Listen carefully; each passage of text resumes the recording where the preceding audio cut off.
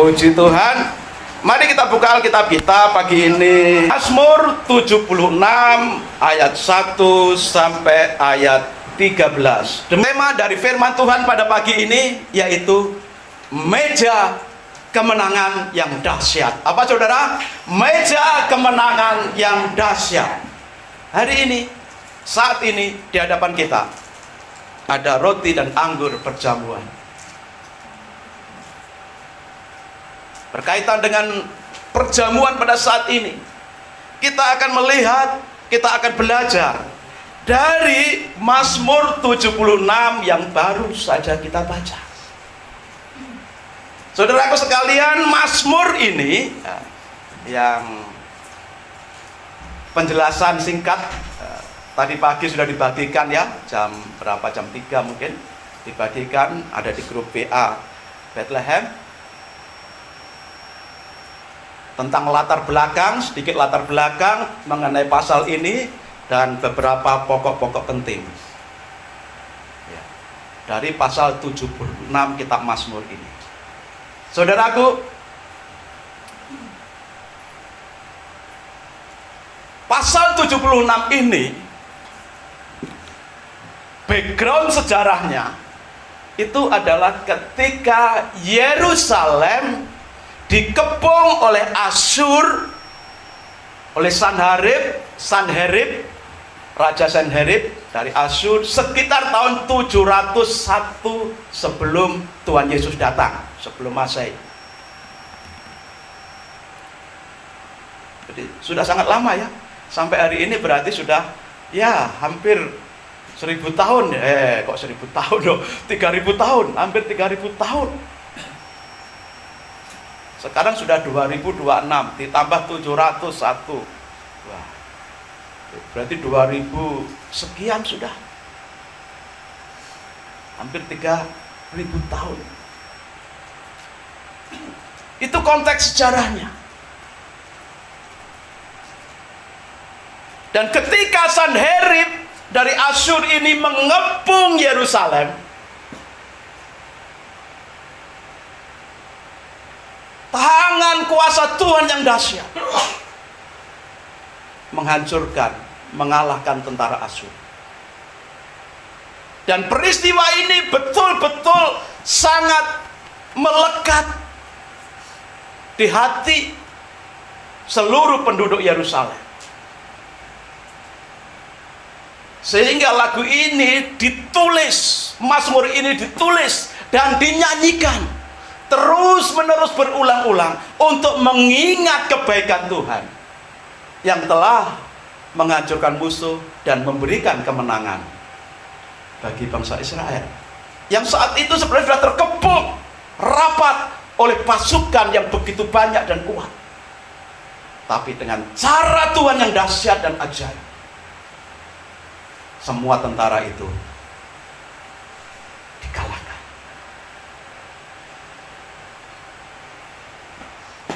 Tuhan juga di dalam kehidupan kita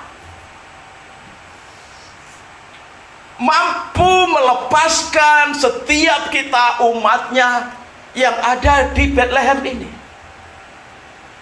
dari setiap kepungan persoalan hidup apapun itu bentuknya. Tuhan sanggup melepaskan, memberikan kemenangan.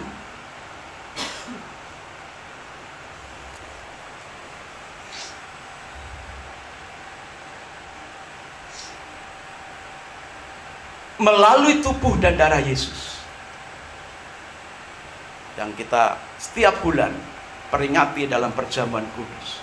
Dan hari ini kita akan melakukan perjamuan ini. Kita melakukan perjamuan ini bukan sebagai orang yang kalah,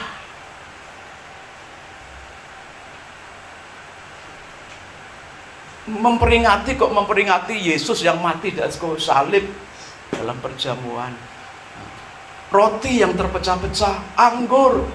Roti melambangkan tubuh Yesus, anggur melambangkan darah Yesus. Orang yang tidak ngerti mengira bahwa kita sedang memperingati kekalahan. Tapi meja perjamuan ini di sini adalah tanda bukti kemenangan Yesus atas maut, atas dosa.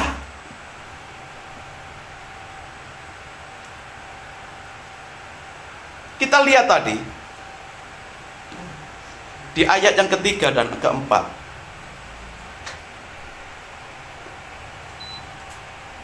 Kalau di Alkitab manual itu ayat 2 dan 3. Kalau di Alkitab elektronik ayat 3 dan 4. Di Salem sudah ada pondoknya dan kediamannya di Sion.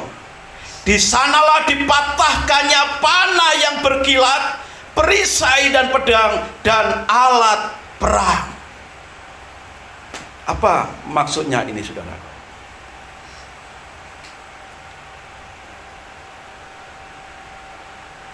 Ini adalah kuasa Tuhan yang dahsyat, yang ajaib,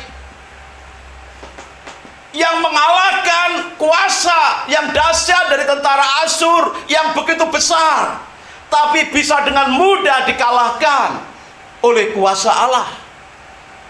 Tentara yang ada di Yerusalem tidak banyak, tidak begitu kuat, tetapi mereka bisa menang karena Tuhan yang menolong, yang bekerja dalam kehidupan para tentara yang ada.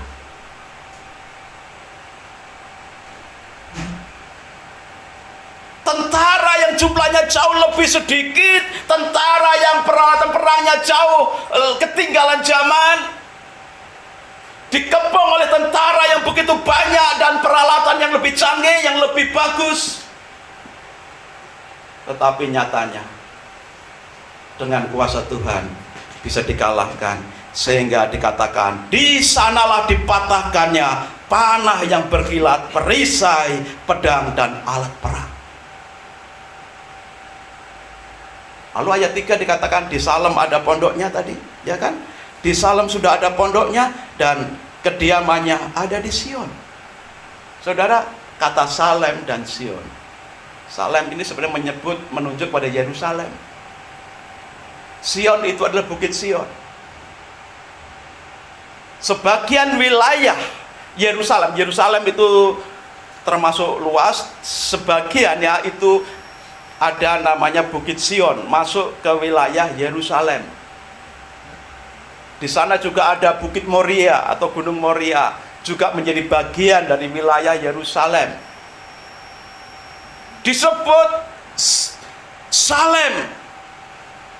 Kita diingatkan, kenapa tidak dipakai kata Yerusalem? Kenapa di sini dituliskan di Salem sudah ada pondoknya? Ini ada makna penting di sini. Karena penulis mengingatkan seluruh umat Tuhan. Ada yang disebut Raja Salem. Siapakah Raja Salem itu? Dalam kitab Kejadian, saat Abraham memberikan persembahan sepersepuluhan kepada Melkisedek, itulah Raja Salem. Ada di negeri Salem. Jadi Salem ini adalah nama lain dari Yerusalem. Nama kunonya itu Salem, yang artinya damai sejahtera. Raja damai.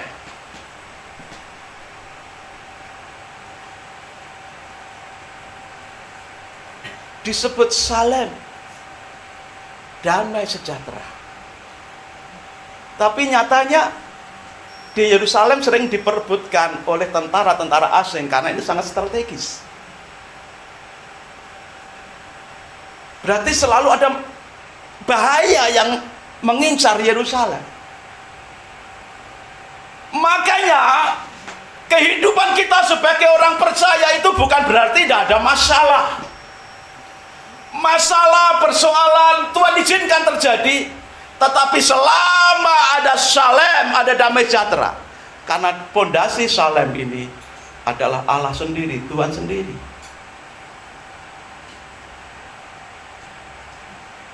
Maka kalau Raja Salem, damai sejahtera itu ada di Yerusalem, kota Yerusalem, maupun ada dalam kehidupan kita.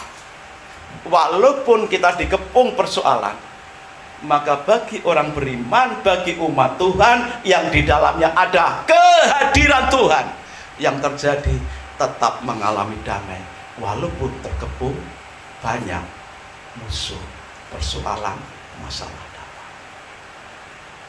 Lalu kata Sion, itu bukit Sion.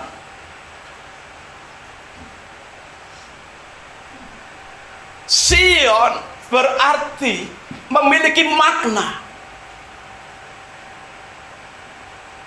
Kuasa Tuhan yang dahsyat, karena di bukit Sion ini adalah benteng yang sangat kokoh, yang musuh sangat sulit untuk menaklukkannya. Ini di daerah selatan Yerusalem, sangat sulit ditaklukkan. Dan di Sion inilah ada kekuatan besar, yaitu kehadiran Tuhan. Disebut Sion di sini karena mengingatkan umat Tuhan tentang kehadiran Tuhan yang punya kuasa yang dahsyat. Disebut Salem dan Sion dalam satu ayat ini menunjukkan, mengajarkan, mengingatkan kepada setiap kita, seluruh umat Tuhan termasuk kita di Bethlehem ini, bahwa apapun yang terjadi dalam hidup kita sebagai umat Tuhan, selama ada kehadiran Tuhan dalam hidup kita, maka kita tetap akan mengalami damai sejahtera dan perlindungan Tuhan. Itu sebabnya masuk di ayat 4, musuh tidak bisa menaklukkan, bahkan tentara yang begitu besar dikalahkan oleh kehadiran Tuhan di Yerusalem.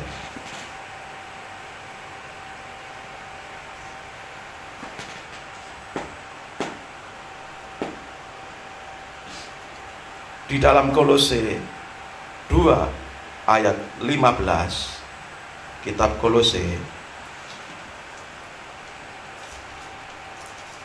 2 ayat 15, Ia telah melucuti pemerintah-pemerintah dan penguasa-penguasa dan menjadikan mereka tontonan umum dalam kemenangannya atas mereka. Saudara, saat Yesus mati di atas kayu salib,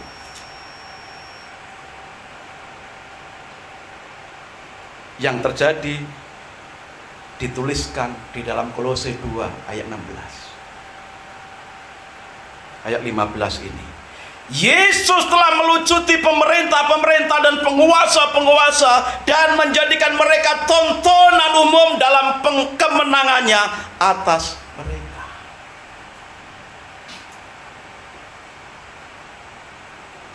Secara bangsa, Yerusalem bisa mengalahkan Asyur yang begitu tangguh.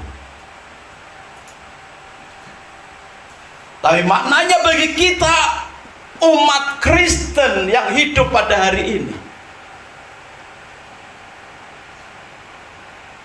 kemenangan dari Yesus Kristus yang mengalahkan dosa melalui pengorbanan Yesus di atas kayu salib,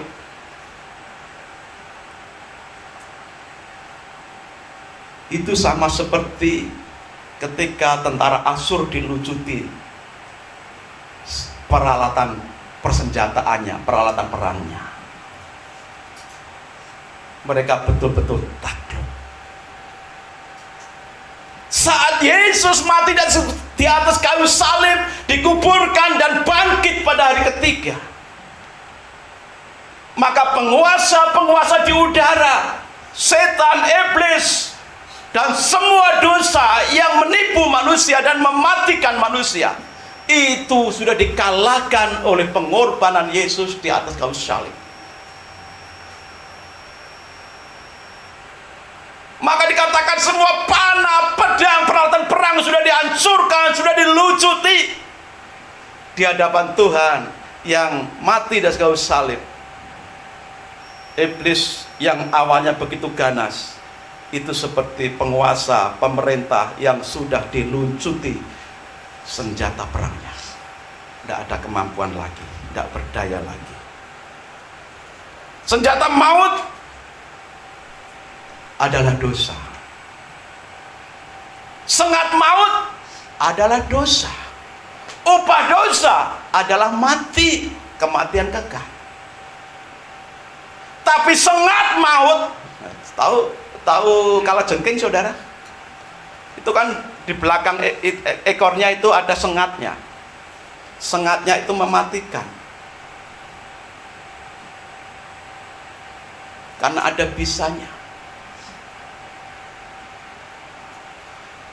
Sengatnya maut, sengatnya iblis itu adalah dosa. Ketika iblis itu masuk dalam hidup kita, dosa juga masuk. Tetapi sengat maut, senjata kematian iblis, sudah dilucuti oleh kematian Yesus di atas kayu salib. Sehingga kita datang dalam perjamuan kudus pada hari ini. Setiap kita yang mengambil perjamuan kudus bukan sebagai orang yang kalah, karena Yesus sudah mati. Faktanya Yesus bangkit pada hari ketiga. Jadi setiap kali kita mengambil bagian dalam perjamuan kudus, ingatlah, engkau sudah menang bersama Yesus yang sudah menang melalui pengorbanannya. Ya, amin saudara. Amin. Yang kedua, kita lihat di dalam ayat yang ke-11.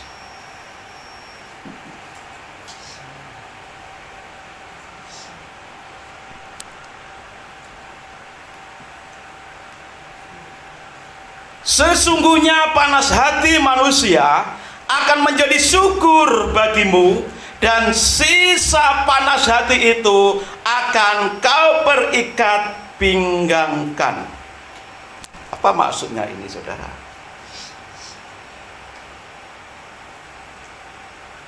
Murka manusia, kemarahan manusia akan menjadi syukur, ucapan syukur kepada Tuhan. Kalau kita kembali ke konteks pasal 76, kemarahan Raja Sanherib bersama dengan tentaranya yang begitu hebat, mereka betul-betul punya nafsu untuk menghancurkan Yerusalem. Betul-betul murka. Tapi kemurkaan tentara yang begitu tangguh itu, ketika masuk di gerbang Yerusalem, yang terjadi apa? Mereka tidak bisa masuk, justru dikalahkan, dilucuti semua persenjataannya. Maka muncullah ucapan syukur kemenangan dari warga Yerusalem, dari penduduk Yerusalem. Apa hubungannya dengan perjamuan kudus hari ini, saudara, yang kita lakukan? Ketika Yesus di atas kayu salib, semua manusia yang hadir pada saat itu, mulai dari orang-orang Yahudi, orang Farisi, ahli-ahli Taurat semua, dan ketika ditanya mau diapakan orang ini yang namanya Yesus ini, salibkan dia dengan amarah yang begitu besar. Maka Yesus disalibkan. Amarah mereka itu menjadi ucapan syukur kepada Tuhan bagi setiap kita yang percaya Yesus. Itu maknanya. Sehingga dikatakan sungguh panas hati manusia akan menjadi syukur bagimu, dan sisa panas hati itu akan kau berikat pinggangkan.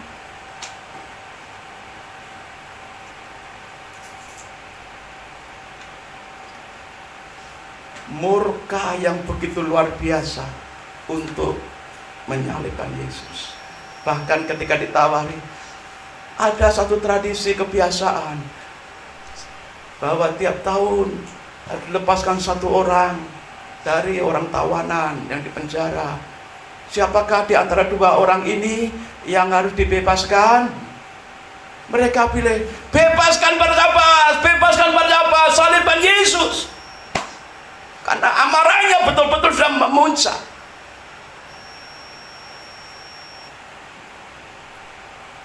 Tapi pada akhirnya,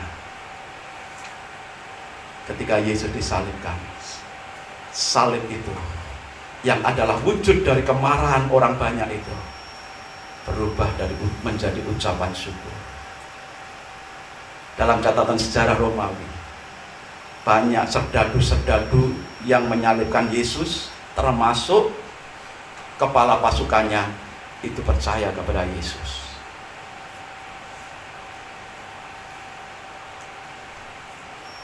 Menjadi ucapan syukur karena keselamatan, hasil dari orang-orang yang begitu marah untuk menyalibkan Yesus.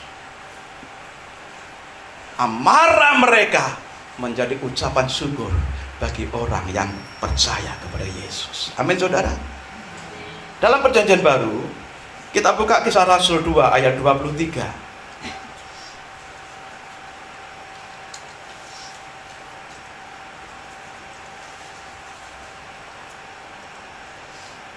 Kisah Rasul 2 ayat 23.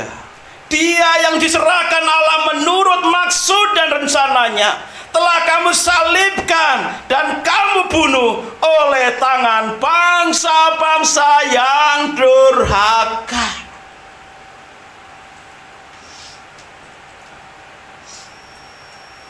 Dia, siapa dia? Yesus yang dibunuh, disalibkan, diserahkan kepada bangsa-bangsa yang durhaka, yang tidak kenal Tuhan.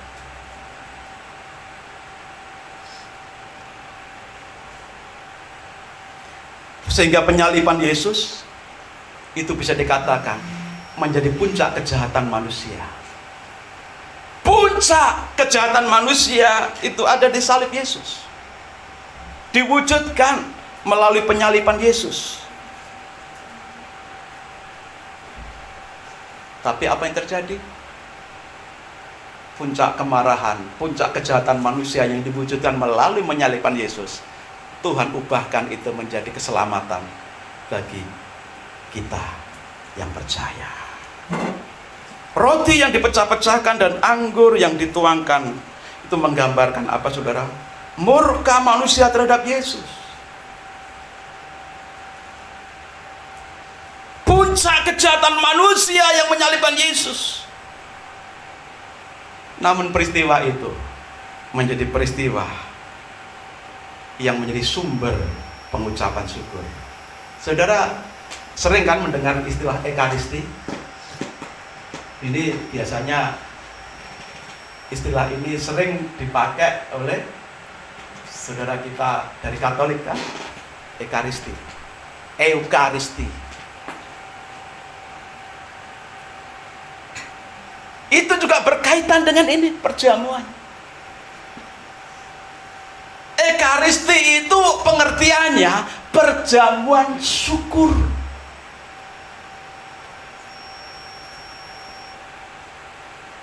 Maka kematian Yesus yang adalah wujud dari kemarahan, puncak kejahatan manusia, menjadi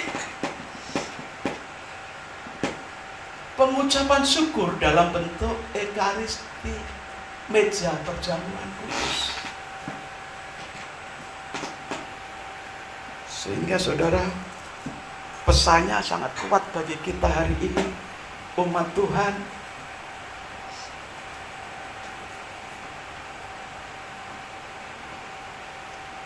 Masalah sebesar apapun yang kau hadapi, persoalan sebanyak apapun yang kau alami,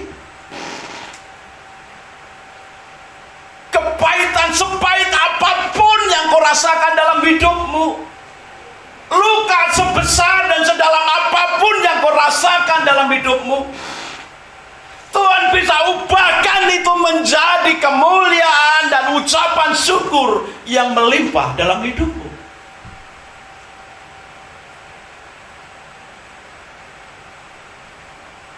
Salib sebagai puncak kejahatan manusia, Tuhan ubahkan menjadi keselamatan bagi manusia yang percaya. Dan kita peringati dalam Ekaristi, perjamuan, meja perjamuan kudus, sebagai meja pengucapan syukur.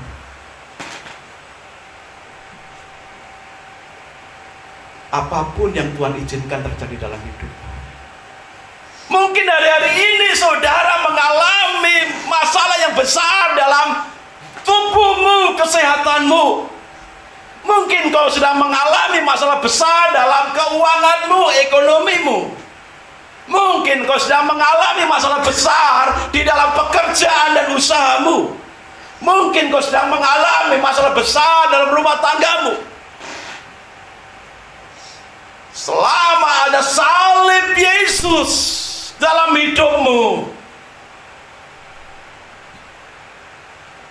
Tuhan bisa ubahkan semua luka, semua yang menyakitkan, semua yang nampaknya tidak enak yang kau alami, semua yang nampaknya bagi dunia celaka, tidak untuk, Tuhan bisa ubahkan untuk kebaikanmu, menjadi kemuliaan bagimu. Engkau dimuliakan, engkau diangkat, ditinggikan oleh Tuhan. Engkau akan mengalami betapa dahsyatnya Tuhan yang bekerja dalam hidupmu, sehingga engkau bisa berkata, Tuhan terima kasih. Terima kasih untuk sakitku Tuhan. Terima kasih untuk keadaan ekonomiku Tuhan.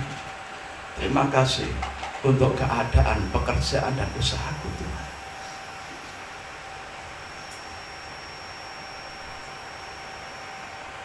Sama seperti Yesus saat ada di puncak kayu salib, sebagai puncak kejahatan dan murka manusia terhadap dirinya, apa yang Yesus lakukan? Bapa, ampunilah mereka, karena mereka tidak tahu apa yang mereka berbuat. Tapi bagi kita yang percaya, kematian Yesus di atas kayu salib yang begitu mengerikan menjadi ucapan syukur yang berlimpah-limpah, terus menerus mengalir dalam hidup kita, sehingga kita rayakan, kita peringati dalam perjamuan kudus.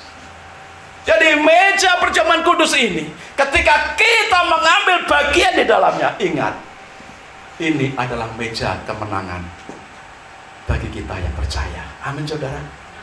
Itu sebabnya setiap bulan sekali kita merayakan perjamuan kudus ini. Setiap kali kita mengambil bagian perjamuan kudus ini, ingatlah, inilah roti kemenangan, inilah anggur kemenangan yang melambangkan darah Yesus yang sudah tercurah di kayu salib untuk segala dosa, kelemahan, dan apapun masalahku. Amin saudara. Selanjutnya, yang ketiga, ayat 12.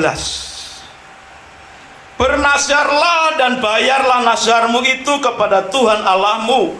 Biarlah semua orang yang di sekeliling Tuhan menyampaikan persembahan kepada Tuhan yang ditakuti. Bernazarlah dan bayarlah nazarmu itu kepada Tuhan Allahmu. Biarlah semua orang yang di sekelilingnya menyampaikan persembahan kepada Dia yang ditakuti. Yang ketiga ini saudara,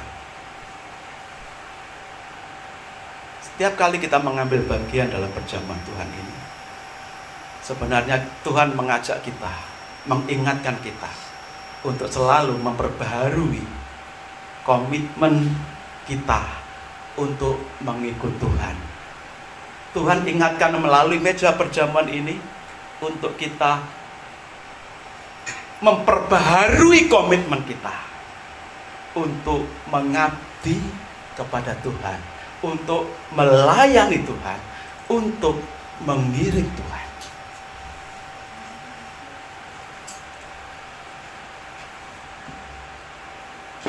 Bayarlah nazarmu dan sampaikan persembahanmu kepada Tuhan. Roma 12 ayat 1.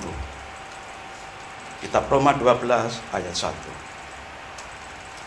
Karena itu, saudara-saudara, demi kemurahan Allah, aku menasihati kamu, supaya kamu mempersembahkan tubuhmu sebagai persembahan yang hidup, yang kudus, dan yang berkenan kepada Allah. Itu adalah ibadahmu yang sejati.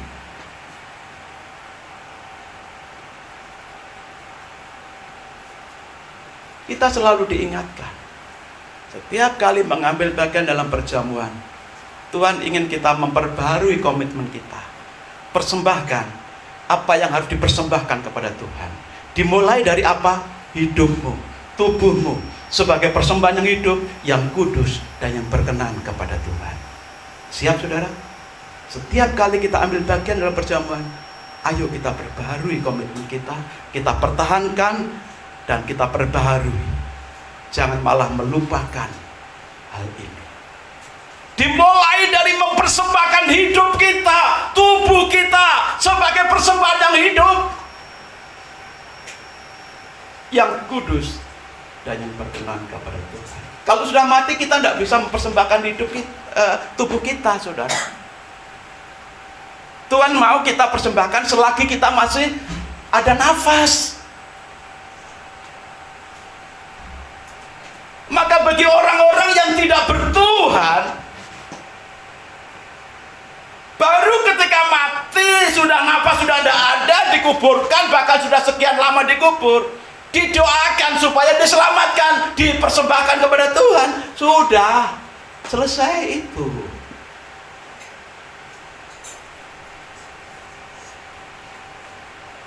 Persembahkanlah kepada Tuhan apa yang dipersembahkan. Dimulai dari hidupmu, tubuhmu sebagai persembahan yang hidup, yang kudus, dan yang berkenan kepada Tuhan. Dan ketika engkau punya komitmen nazar kepada Tuhan, bayarlah nazarmu. Ketika engkau punya janji kepada Tuhan, bayarlah janjimu itu kepada Tuhan. Makanya ketika ini sebenarnya mengingatkan kita, kalau musuh sudah dikalahkan, dosa sudah dikalahkan oleh Yesus dalam hidup kita. Lalu yang kedua tadi, Tuhan bisa mengubahkan semua marah, murka, hal-hal yang nampaknya buruk kita alami, Tuhan bisa ubahkan menjadi kebaikan kita, untuk kebaikan kita. Makanya ketiga, ayo kita perbaharui komitmen kita dalam hidup ini. Persembahkan apa yang harus dipersembahkan kepada Tuhan. Dimulai dari apa? Tubuhmu. Datang percaya kepada Yesus, memberi diri untuk selalu beribadah, berbakti kepada Yesus, memberi diri untuk melayani Yesus.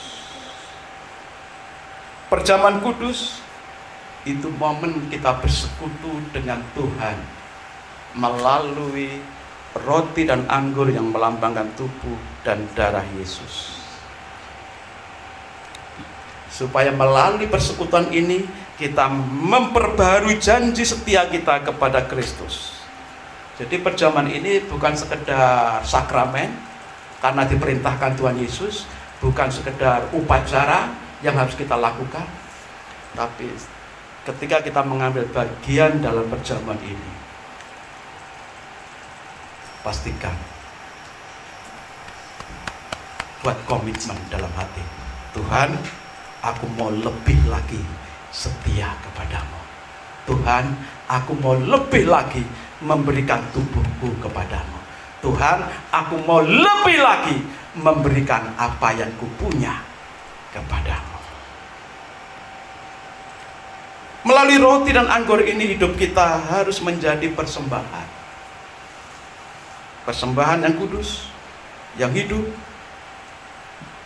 Apapun yang kita punya, itu semua adalah hasil dari karya salib Yesus.